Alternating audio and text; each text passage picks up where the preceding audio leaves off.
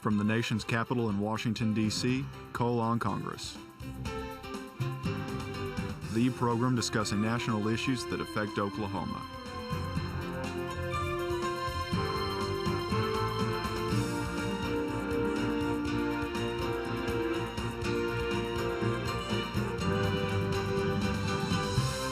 Your host, U.S. Representative Tom Cole. Thank you for joining me today for another episode of Cole on Congress. Today I'm pleased to welcome my good friend, Congressman Cory Gardner, to the program. Cory's in his first term representing the Eastern Colorado's 4th Congressional District. Prior to serving in Washington, D.C., Cory served for 5 years in the state legislature and also worked for the National Corn Association as a Senate staffer. Cory currently serves on the Energy and Commerce Committee, and thanks. Welcome to the show, and thanks for doing this. Well, thanks for having me. You know, I feel I'm a neighbor. My district actually borders a part of the panhandle of Oklahoma, so I guess it's Chairman Lucas's district, but neighbor Lucas Oklahoma. owns half the state. I mean, he kind of bunches the rest of us up on the other half, but he literally has half the land area of the state. But I always start out with something personally. Before I even met you, I knew who you were because my chief of staff, Sean Murphy, used to be the political director of the Colorado Republican Party many years ago, and then worked for Congressman Beaupre and later your gubernatorial nominee. And he told me when you decided to run, this is a guy we need to support. He can win this seat. He can take this seat back, and he'll be an unbelievably good member. And as usual, Sean's a pretty accurate judge of these things. Well, thanks. You know, for a while, anybody in Colorado politics had to be named Sean. I think there were, everybody was named Sean as chief of staff or, the press secretary. So everybody was named Sean. But you've got a good crew there with you. Well, I do. But, you got here, you not only got to Congress, which is a big thing in and of itself, but you arrived with an absolutely extraordinary class. I mean, a class of historic size and dimension. Most people were writing the political obituary for the Republican Party in 2009 with the idea that we would be in the minority forever, or certainly for decades to come. And 87 members in your Republican class, another 10 or so Democrats who won seats, and 63-seat pickup, largest Republican majority now since 1947. And you guys were the cutting edge of making all that happen. So a couple questions. What made you decide to run for Congress? Because you're going to have to take on an incumbent. That's never an easy thing to do. You had a good career in state government. Why did you the Eastern Plains grew up in a family farm equipment dealership, and I remember going around campaigning for the state legislature. I said, go around the district saying, hey, I think I've met most of you at the implement dealership. I've sold half of you the wrong parts. And I actually quit using that when they all started shaking their heads, yeah, you have. And so, I really felt that rural Colorado, farming, ranching, needed a stronger voice, somebody who could go to the state legislature and stand up for them and really represent a part of Colorado that doesn't have many voices at the state capitol. And after being at the state capitol, though, you realize that our hands are tied so many times by what's coming out of Washington, D.C., the money that we're spending. The Colorado budget at the time was around $18 billion, and half of the money that the state was using to fund that $18 billion, half of it came from the federal government. And so I decided I need to take that same attitude of, building a better Colorado take it from Denver, put it in Washington, D.C., and see if we can't get this place headed in the right direction. Well, did you ever have any hesitation about taking on an incumbent? Never an easy thing to do. It's not an easy thing to do. In fact, I remember talking to some people who'd served in the seat, who'd served in the 4th, and their advice was, look, this is going to be another tough year. President Obama has been elected overwhelmingly in Colorado, and it's going to be really tough. And I said, you know what? It doesn't matter whether it's going to be tough or not. It's the right thing to do. And after watching some of the votes that were made by the Congress, I said, this is definitely the right thing to do. And we jumped in wholehearted, and my wife, daughter, and I hit the trail, and here we are. It's one of the interesting things, again, about your class is how many people, because most people that made these decisions were making them in 2009 when the fact that it was going to be a favorable environment in 2010 was not at all obvious. We were losing vote after vote here, and the president was very, very popular. And they interrupted, as you did, successful political careers or successful business careers, dislocated their family life. It's just amazing how many people just collectively got up and said, I am really worried about my country. If this is what I have to do and can help it, I'll make the sacrifice, I'll run the risk, and I'm going to go. And it's made you a much more, and I mean this in a very complimentary way, aggressive, intense, focused class than I think any class maybe around here since 1994. Well, and what's interesting too about the class is you see all the news reports of the Republican Party being kind of this stodgy group of people. But I mean, if you look at the class of people we have now, the conference as a whole, the over 200 people we have right now, reflective of our community, reflective of our country. You've got age groups, wide-ranging. In fact, if you look, I'd say we have a great number of people with far more diverse backgrounds than any other Congress ever has. Well, and 2 African-American Republicans, Right. That's pretty unusual around here, to say the least. I think more women in your class Right. than in any Republican class ever elected before. I mean, it really does look a lot more like America, or a cross-section of America, Yeah. than Republican classes traditionally And some do. great leaders. I mean, that's Yeah. the fun thing. I mean, when you get to know people like Kristi Noem from South Dakota, I mean, they've worked hard. I mean, she's got a great personal story, and the people that you hear, that you get to know in the class and where they come from. I mean, from the pizza parlor owner to the mortician to the implement dealer. We've got it all. By the way, there's 2 implement dealers in the United States in this class, this freshman class, and we both sell red farm equipment. So I'm pretty proud of that. That's good. Well, I know one of the emphasis in this class and in this Congress is you got here at a moment of fiscal crisis for the country, where spending, always too high in Washington, had really broken totally out of control the last 2 or 3 years. So what's the attitude? What's been the focus of your class on those? How do you feel you and the conference have done so far? What are some of the spending fights you look forward to going forward? Yeah, going back to when I had first announced and we had the opportunity for various meetings and candidate training opportunities to meet with various candidates from around the country, and there was that one common theme that united us all. And it was about a government that spent too much, that's grown too large, and is trying to dictate how we live our lives, how we run our businesses, and how we teach our families. And everybody was on that same theme. And so if you look at where we started this year, going back to January, I remember sitting on the floor of the House of Representatives during the State of the Union address. And that's the first time I'd seen President Obama in person, and he was talking about how we don't really need to cut spending. We can freeze some spending. We'll spend a little bit more here, spend a little bit more there, and then that's how we solve our $14.3 trillion debt. And about a month later, after so much public outcry, after so much pushing from Republicans in the House of Representatives, he kind of gave his Budget 2.0 speech where he started talking a little bit tougher on the budget. And here we are in a debate over the debt ceiling, where it's no longer saying, all right, we need to freeze spending versus we need to cut spending, but the argument is, all right, I think we want to cut our trillions, and I know you want to cut trillions, but our trillions better than your trillion. So here we've moved this conversation a long ways, and it's all because you've got a House majority that is committed to getting this country's economy back on track by reducing spending and the size of government. I think that is an exceptionally important point.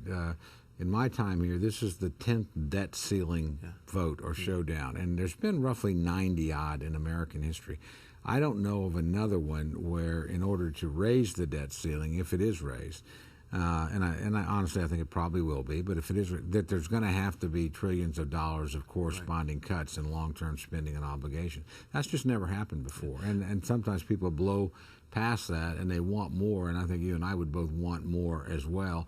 But we ought to stop and say, look, this is the first time in American history this has been done. Your class had a lot to do with this. Well, and they're committed to it. They're committed to seeing it out and seeing it through to make sure that conversation isn't just a July of 2011 conversation or an August of 2011 conversation, but it's something that as long as we are here, we are committed to. It also says something pretty deeply, I think, about the nature of the country.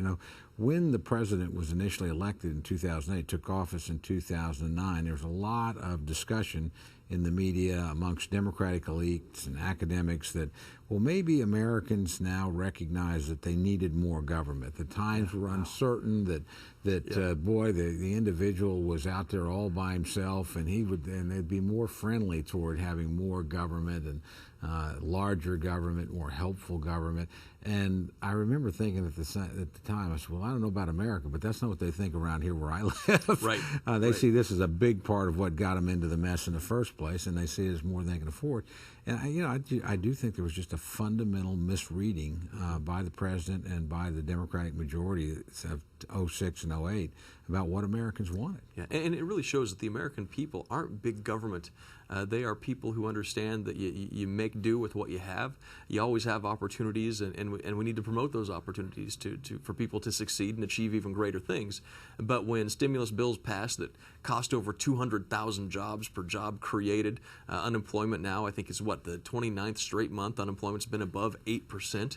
And now it's 9.2%. And I was reading in the paper the other day about how the businesses are not hiring. They're not hiring to a degree that's never been seen in recent years. And so it just continues to be a challenge. And the American people, they understand it. They get it. And they send a class to Washington, D.C. that reflects their understanding. Now, I know we all think that one of the keys to getting through the crisis that we're in is not only cutting and reducing the size of government, but stimulating real economic activity, real growth again. You've had some pretty interesting legislation you've put out there in regards to small business and things that would encourage small business growth and additional hiring. Tell us about some of your ideas and proposals. Yeah, talking to small business owners just about what they'd need to succeed and what it would take for them to grow a little bit, how they could hire one more person. And we actually started this little series where we'd interview business owners, small business owners, CEOs of larger companies who would say, hey,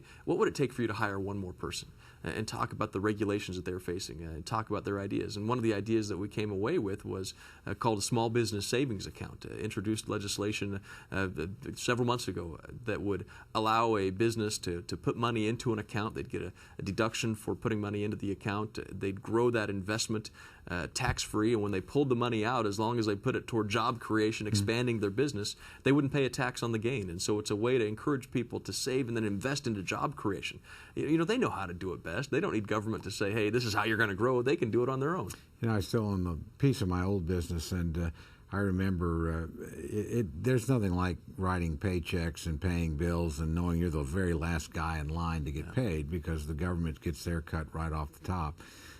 To think, what do I need to do? And the thing that used to gall me the most at the end of the year would be to spend down money that I knew I was going to need in January, but if it was in my account, then that money was going to be taxed. And I actually had legislation in the Oklahoma State Senate years ago to try and allow small businesses to keep a certain amount of money as carryover tax-free, so they weren't in this kind of cycle because they usually don't have much in the way of capital reserves if you're a really small guy.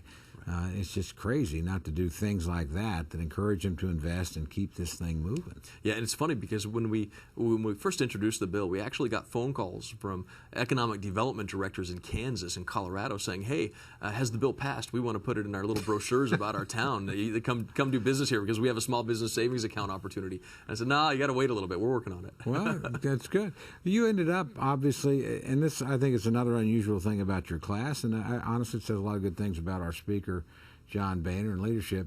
Usually around Congress, it takes a while to get to what's called an A committee. And the major ones are Energy and Commerce and appropriations and Ways and Means. And you're on Energy and Commerce with my good friend and fellow Oklahoman John Sullivan.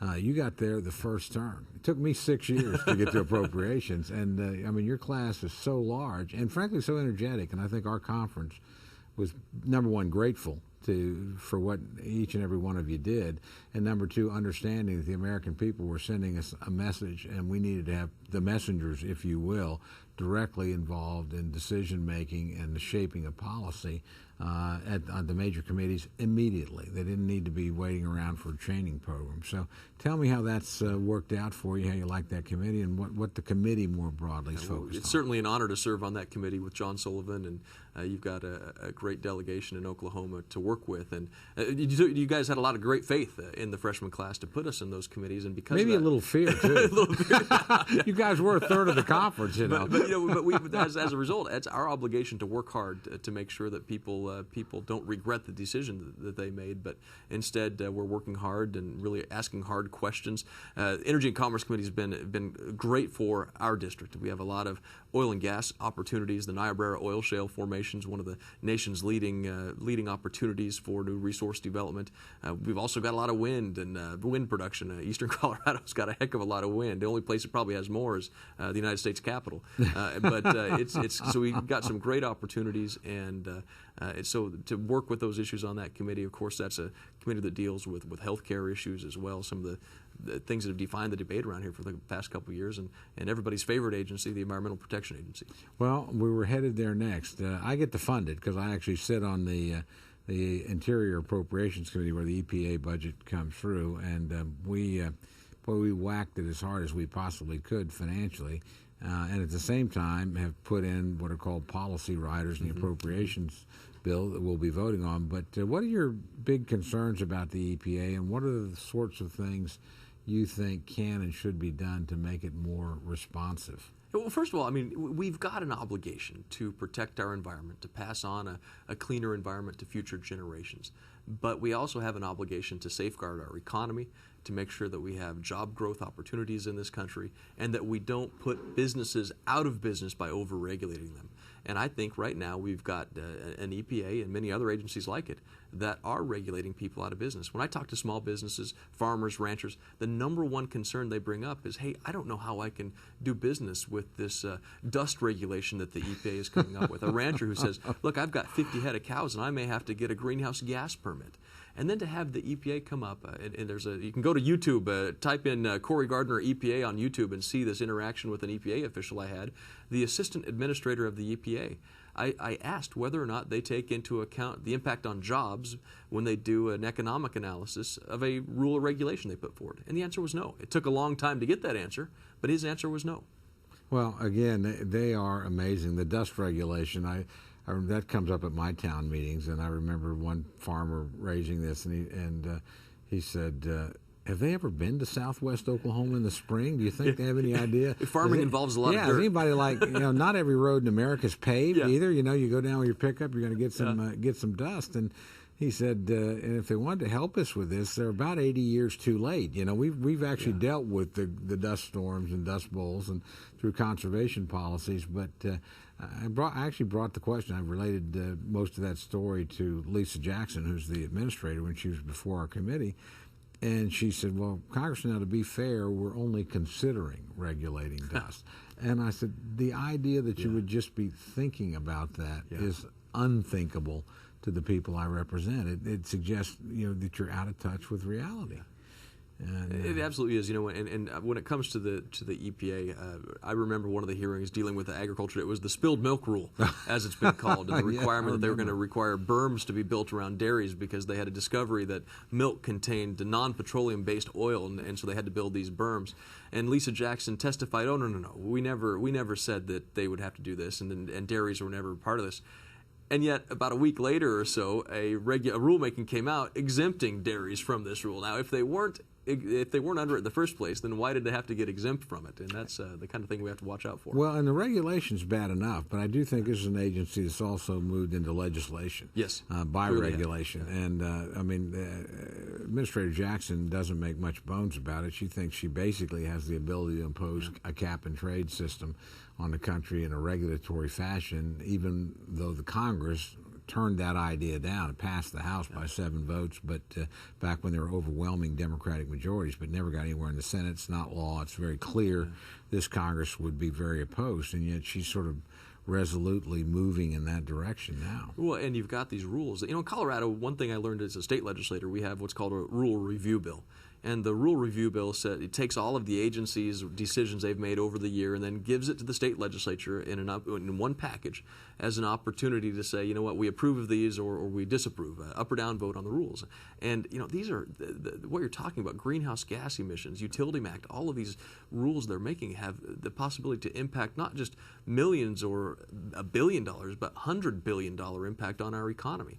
And so I know you've got some folks in Oklahoma that are working on this kind of legislation to require those rules to come before Congress and to They be should. reviewed. I mean, every one of these regulatory agencies operates on a grant of authority from Congress. We give them the right to write the rules that have the force of law.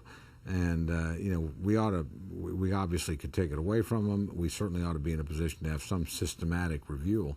You sit on the oversight subcommittee, I think, on energy and commerce. What sorts of things, as somebody that's exercising that kind of authority, what kind of tools do you need to do it? Yeah, absolutely. Oversight is one of the most important functions of Congress, and it's something that I think we've failed to do a good job of over the past several decades. And that's not just a Republican or Democrat criticism. I think that Congress as a whole, when there's a Republican in the White House, Congress as a whole, when there's a Democrat in the White House, has failed to say, hey, you know what, agencies, are you exceeding your authority? Are you doing what we said you should do? How are you using your money?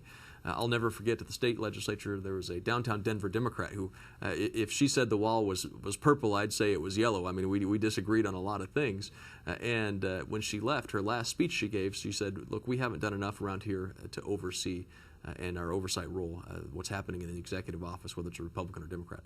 And so the tools that we're using on the Oversight Committee and the Energy and Commerce Committee, bringing witnesses to talk about what they are seeing, whether that's the private sector witness, their understanding of a particular rule or rule-making process.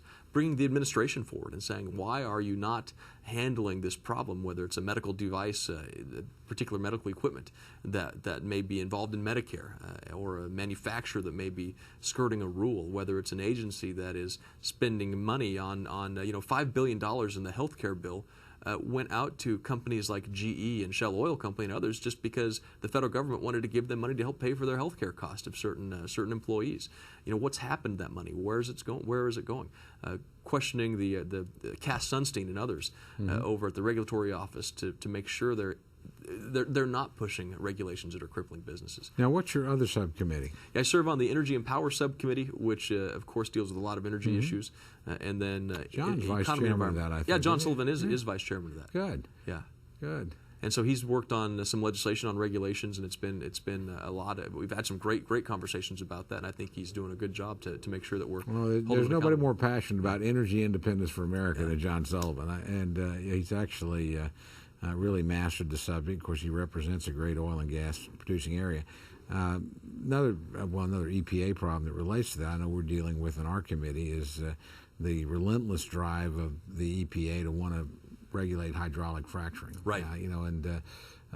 This is something we think, number one, we do very well at the state level. We've had over 1 million wells drilled and that use hydraulic fracturing, and there's certainly an appropriate role for state regulation. But the idea that we would take the EPA, which has never regulated this, we have no information that suggests it's harmful to health, and put them in charge of this as opposed to having state regulatory regimes, it's just, it's almost unthinkable. Well, I was talking about some of the successes we've had in northern Colorado and eastern Colorado with new horizontal drilling and hydraulic fracturing that's taking place. I mean, but it's all dependent on fracking. You're exactly right. I mean, if we lose the ability to do that and they overregulate it, they overstep their bounds, then we're going to have not only an economic problem in these areas, but we're going to have a national energy problem.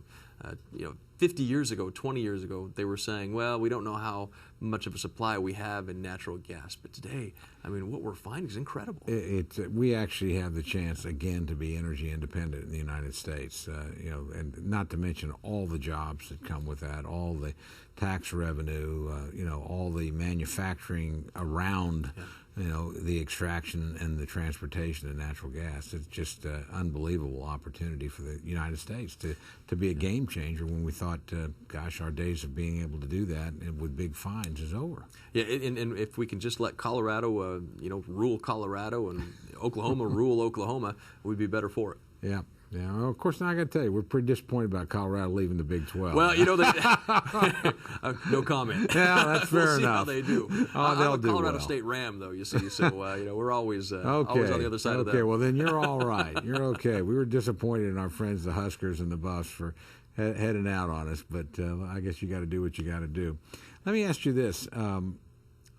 we're involved in, and our show may actually view somewhat after this, but we're involved in this great debt ceiling debate and crisis right now.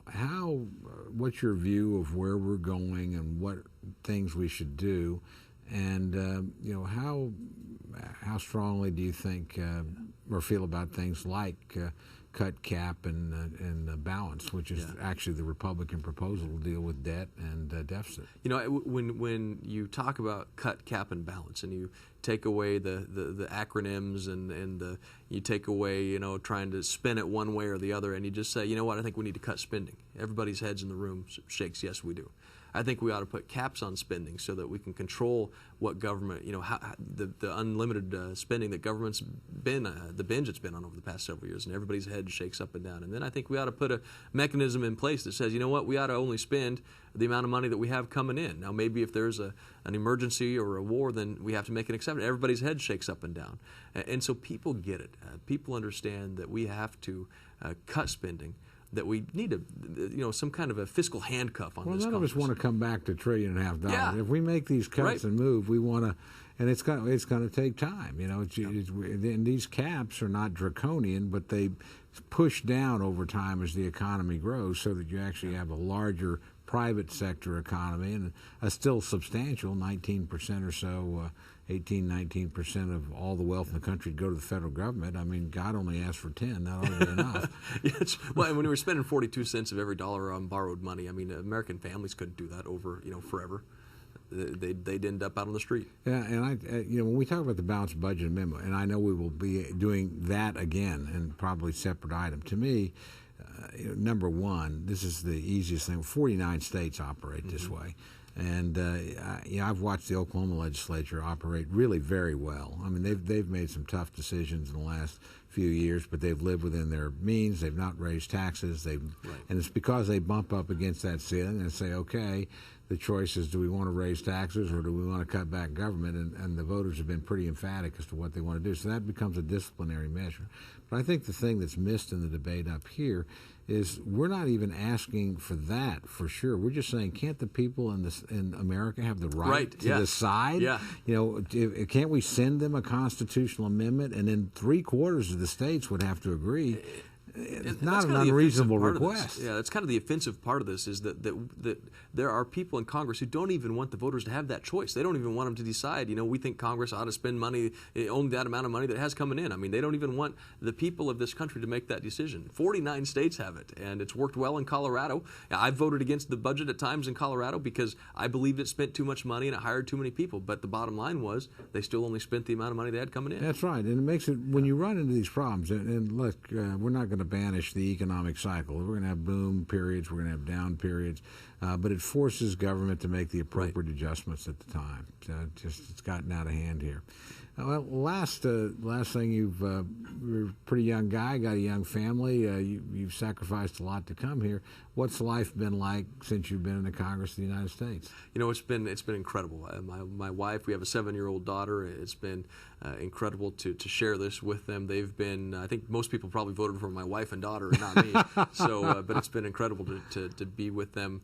When our 7-year-old daughter was on the House floor with us when we were sworn in, it's pretty awesome to think that she was there and witnessed the transition of power from the one Speaker of the House to the next Speaker of the House, and I hope she remembers it, because certainly we wouldn't be here without her, and my wife has been incredible throughout. So. Well, and so tremendous sacrifices on their part, and anybody that serves in Congress knows how much their spouse sacrifices, so they have that opportunity, how much their kids sacrifice. So thank you for the sacrifices you've made. Thanks for having the courage to run when it didn't look very easy, to take on an incumbent, which is never easy, and to get here with this remarkable class of yours and change the direction for the country. It's amazing. Well, thanks, Tom, and thanks for your leadership. Yeah. Thank you. Good to have you on the show. Good to be on. Thank you.